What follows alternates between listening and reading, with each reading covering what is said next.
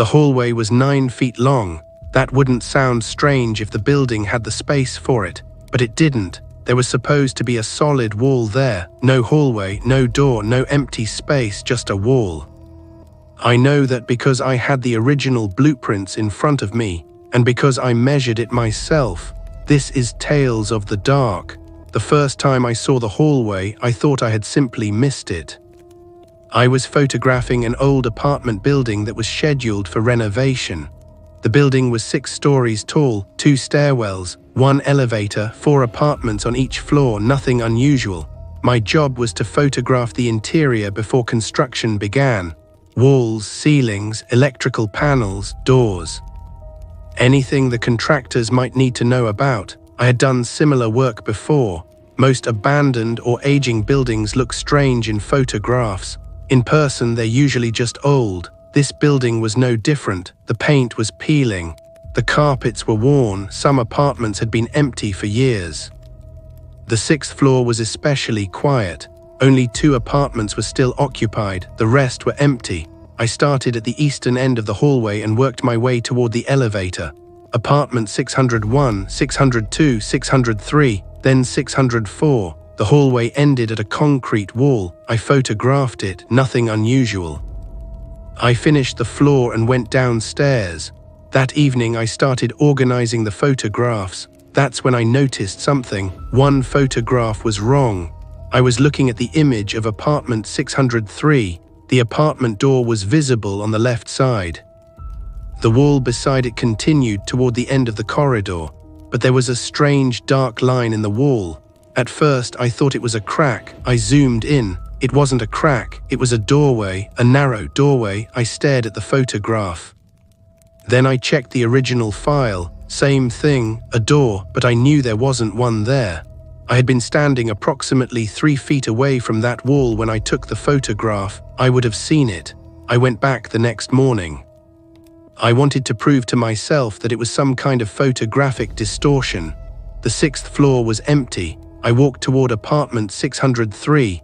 The wall was exactly where I remembered it. Solid, no door, no crack, nothing. I took another photograph, then I looked at the screen. The doorway was there again. I lowered the camera, looked at the wall, looked at the photograph. The door existed only through the camera. I took another photograph, this time from farther away. The door appeared again. I walked closer.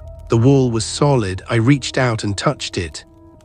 Cold concrete, nothing else. I called the building manager. His name was Martin. He had worked there for more than 20 years. I showed him the photographs. He looked at the screen. His expression changed immediately. "Where did you take this?" "6th floor." He stared at the photograph.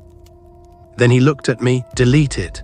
I laughed because I thought he was joking. He wasn't. I asked him what the door was. He told me there was no door. I said I knew. Then I showed him the second photograph, the same door, same location. His face became pale. He took my phone from my hand. He zoomed in, then he gave it back. "Don't photograph that wall again." I asked him why. He said, "Because people have done that before." That was the first time he mentioned the hallway, not the door. The hallway, I asked what he meant. He didn't answer. Instead, he told me to finish photographing the 5th floor and leave the 6th floor alone. Naturally, I didn't. That afternoon, I went back upstairs. I took the original building plans from the management office. The plans were old, but they were detailed. Every wall was marked, every apartment, every hallway. I found the 6th floor, apartment 601 through 604, the hallway, the elevator, the stairwell, and the wall exactly where it should be. There was nothing behind it, no service corridor, no storage room, no mechanical space, nothing. But then I noticed something. The distance between apartment 603 and the end wall was listed as 11 feet. I measured it, 20 feet. I measured it again, 20 feet. I walked back to the elevator and measured from there. Same problem. The building had 9 feet of space that didn't appear on the plans. 9 feet. Exactly the length of the hallway I'd seen in the photograph. I went back to Martin. I asked him about the measurements. He looked at the blueprint, then he looked at me. "Where did you get that?" "The 6th floor." He didn't answer. I asked him what was behind the wall. He finally said, "Nothing." "Then why is there 9 feet missing?" He folded the blueprint. Some buildings have mistakes. I knew he was lying. That evening I stayed late. The building was almost completely silent after 6. The 2 remaining tenants had gone out. The construction crew wasn't coming until the next morning. I waited until the hallway was empty. Then I went upstairs. I didn't take the camera this time. I wanted to see the wall without it. The 6th floor was dark. Only a small emergency light near the stairwell worked. I walked toward apartment 603. The wall was still there, solid, normal. I placed my hand against it, nothing. Then I heard something, a faint sound, 3 knocks. From inside the wall, I froze. 3 more, slow, deliberate. I stepped backward. There was no way. The wall was concrete. I pressed my ear against it. At first I heard nothing. Then something moved. A faint scraping sound, like shoes against a floor, coming from the other side. I stepped away. My heart was pounding. I pulled out my phone. I turned on the camera. The screen showed something different. The wall was gone. There was a hallway, a narrow corridor extending into darkness. I was staring at the screen when I noticed something else. There was a door halfway down the corridor. It had a number, 605. I lowered the phone. The wall was still there. I raised it. The hallway was there. I took one photograph, then another. On the 3rd photograph, the door was closer. I hadn't moved. The hallway had changed. I zoomed in. The number on the door was now visible, 605. But there was another detail. The door was slightly open and something was standing behind it. A human silhouette, completely motionless. I lowered the phone. The wall was still there. I raised it again. The silhouette was gone. I took another photograph. The door was closed. I thought about leaving. I should have. Instead, I walked closer to the wall. I placed both hands against it. Nothing. Then I noticed a small metal plate near the floor. It wasn't there before, a narrow rectangle. Almost like an old maintenance hatch. I touched it. It moved. Behind it was darkness. I pulled harder. The concrete panel opened inward. There was no concrete behind it. There was a narrow passage. Real. I could feel cold air coming through. I stood there staring. The passage was barely wide enough for one person. The walls looked old, older than the rest of the building. I took out my phone. The camera showed the same hallway from the photographs, except now it looked completely real. I stepped inside. The moment my foot crossed the threshold, the sound from the apartment hallway disappeared. No elevator, no pipes, no traffic outside, nothing, complete silence. I turned around. The opening behind me was still there. I could see the normal hallway. Then the panel slowly moved. It began closing by itself. I grabbed it, held it open. I almost stepped back out. Then I heard something farther down the passage, a door opening. I looked ahead. At the end of the hallway was the door marked 605. It was open now, and there was a light coming from inside. A warm yellow light. I shouldn't have gone any farther, but I did. I walked slowly toward it. The floor beneath my shoes was covered in a thin layer of dust, except there was a trail through it, footprints, fresh footprints. Someone had walked down the hallway recently, barely visible. One after another, leading directly toward apartment 605. I followed them. The door was still open. I stopped just outside. The room looked like an ordinary apartment. There was a sofa, a small kitchen, a dining table, photographs hanging on the walls. Everything looked normal, except there was one problem. The room was identical to apartment 604. The same furniture, the same curtains, the same kitchen cabinets, even the same scratch on the floor. It was a perfect copy. I walked inside. Then I noticed the photographs on the wall. They weren't pictures of strangers. They were pictures of the building, old photographs. Some appeared to be decades old. I picked one up. It showed the 6th floor hallway, but the building looked different. The photograph showed 5 apartment doors. 601, 602, 603, 604, and 605. I turned the photograph over. There was a handwritten date, 1987. I looked back at the hallway. The 5th door was gone. I suddenly heard a noise behind me, a soft click. The apartment door had closed. I walked toward it. The handle wouldn't move. I tried again, locked. Then I heard footsteps outside. Slow footsteps moving down the hallway. They stopped directly outside the door. I stood completely still. A shadow appeared underneath the gap. Someone was standing on the other side. Then a voice spoke, quietly, almost like someone who knew me. "You're not supposed to be here." I didn't answer. The shadow remained. Then the person outside said something that made my blood run cold. My name. They said my name. I stepped backward. The voice continued. "You've been taking photographs of us." I looked around the room. The walls were covered with photographs, hundreds of them. And suddenly I realized something. They weren't photographs of the building. They were photographs of me entering the building, me walking through the 6th floor, me standing outside apartment 603, me taking pictures of the wall. Some photographs were taken that morning. Others were taken before I had ever arrived. I walked toward the nearest photograph. It showed me standing in front of the wall, but the date written beneath it was from 3 days earlier. I hadn't been there 3 days earlier. I turned toward the locked door.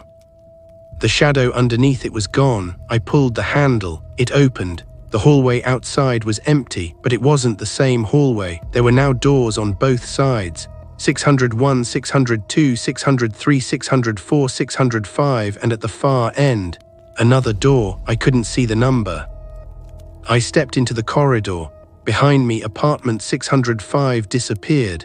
There was only a solid wall. I turned around again. Nothing, no door, no passage, no way back. Then I heard footsteps from the far end of the hallway, slow, barely audible, coming toward me. I looked down. There were fresh footprints appearing in the dust, one after another, as if someone invisible was walking toward me. I stepped backward. The footprints kept coming. Then I heard a voice, the same voice from behind the door. This time it whispered, "You shouldn't have measured the walls." The footsteps stopped, and the lights at the end of the hallway turned on, one by one, revealing a door I had never seen before. Above it was a number, 606. I stood there staring at it. Then my phone vibrated. I looked at the screen. A new photograph had appeared in my camera roll. I hadn't taken it. It showed the hallway from behind me, and standing directly over my shoulder was a man. I was completely alone, at least I thought I was. I slowly turned around, and the hallway behind me was empty. But when I looked back at the phone, the man was closer, much closer, and beneath the photograph was a timestamp, tomorrow. I stared at the screen. Then I heard a door open somewhere behind me, and this time I heard someone whisper my name, my full name, from inside the hallway. The voice said my full name from somewhere behind me. I didn't turn around. I stood completely still, staring at the phone in my hand. The photograph showed the hallway from behind me, and the man standing over my shoulder, but there was nobody there. At least there shouldn't have been. The phone vibrated again. Another photograph appeared. This one was closer. The same hallway, the same angle, the same man, except now I could see his face. It was me. Older, much older. His hair was grey. There were deep lines across his face, and he was looking directly at the camera. I dropped the phone. It hit the floor. The screen went black. Then the lights in the hallway turned off. Complete darkness. I heard footsteps, one step, then another coming toward me. I reached for my phone.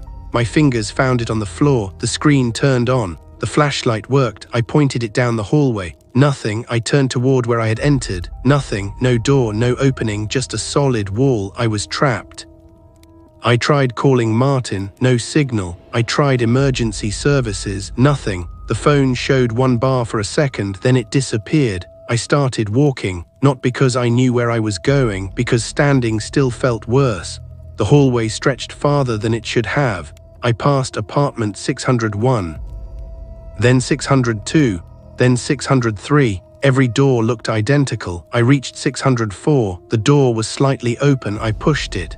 Inside was the same apartment I had photographed earlier, except there was somebody sitting at the kitchen table, an old man. He was facing away from me. I froze. He didn't move. I said, "Hello." Nothing. I took one step inside. The man slowly turned his head. I recognized him. It was Martin, but older, much older. His hair was almost completely white. He looked at me, then he said, "You finally found it." I couldn't speak. He pointed toward the chair opposite him. "Sit down." I didn't. I asked him what this place was. He looked toward the hallway. the part of the building that people aren't supposed to remember. I asked him how he got there. He didn't answer. Instead, he asked me what year it was. I told him. He stared at me, then he smiled sadly. That means you still have time. I didn't understand. Time for what? He looked toward the wall. To leave. I asked him why he hadn't left. He said, because I made the mistake you're making. What mistake? Thinking the hallway is the dangerous part. He looked at me. The hallway isn't dangerous. He pointed toward the door. It's the rooms. I looked back toward the corridor. Every door was closed now, except one. Apartment 606, the door at the end of the hallway. Martin told me never to open it. I asked why. He said, because that's where it keeps the people who stayed. I stared at him. Who? He didn't answer. Then I noticed something on the table. A stack of photographs. I picked up the top one. It showed Martin standing in the same room, but the photograph was dated 1998. The next one showed him again, 2001, then 2006, then 2012, then 2019. He looked almost exactly the same in every photograph. Except in the final photograph, he looked much older. I looked at Martin. He said, time doesn't work properly in here. I asked him how long he'd been trapped. He answered quietly, 3 days. I looked at the photographs. There were more than 20 years of them. I asked him what happened. He looked down at his hands. I came here to inspect the building. My stomach tightened. The same reason I had come, he continued. I found the hallway. He paused. I photographed it. Then he looked directly at me. And the hallway photographed me back. I remembered the photographs appearing on my phone, the ones I hadn't taken. Martin told me the building had been renovated several times. Each time workers found the same missing space. 9 feet. Sometimes it appeared on one floor, sometimes another. Sometimes it disappeared completely, but whenever someone tried to investigate it, the hallway returned. I asked him why the building manager had never reported it. Martin laughed quietly, because Martin isn't the building manager. I stared at him. What? He pointed toward the photograph. That man downstairs isn't me. I felt my stomach drop. He continued. I disappeared in 1998. I remembered the photographs, the old ones, the ones showing him. Then who is he? Martin looked at me. The person who keeps the building occupied. I didn't understand. He told me the building needed people, tenants, workers, maintenance staff, people who could keep the place looking normal, because if the building became completely empty, the hallway would become easier to find. I asked him who was controlling it. He said, I don't know. I asked him if it was a person. He shook his head. No. Then he looked toward apartment 606. It doesn't need to be.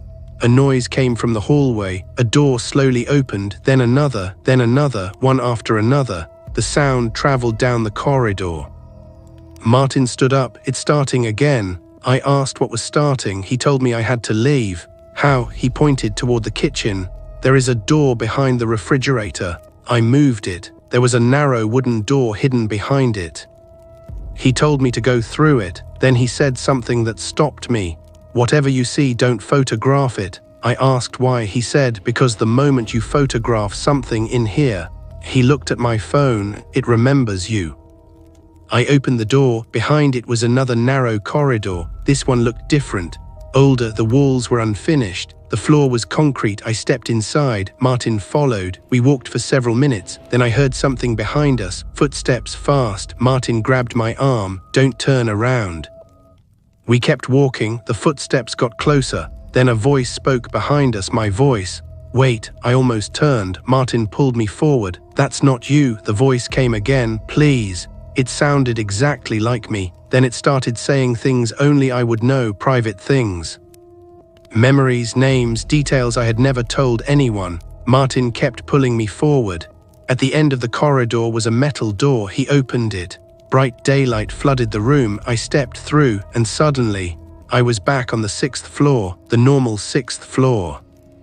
Apartment 603, the concrete wall, the elevator, everything looked exactly as it had before. I turned around. Martin was gone.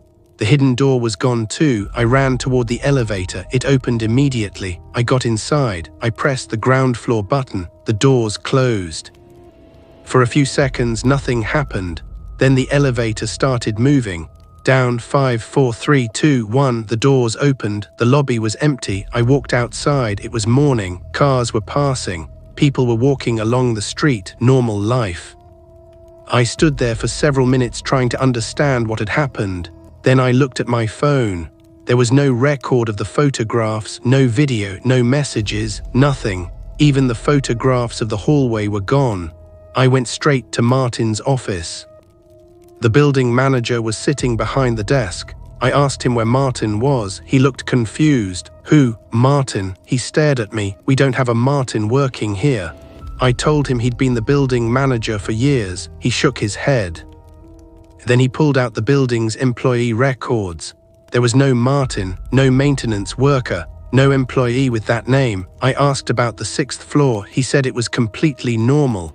I told him about the hidden hallway. He smiled, not because he thought I was joking, because he had heard it before. Then he said, "You should go home." I did. I didn't return to the building. I quit the job. I deleted everything related to it. For months, I tried to convince myself that exhaustion had caused me to hallucinate. Maybe the hallway had never existed. Maybe Martin was something my mind created. Maybe I had been inside an old maintenance area and misunderstood what I saw.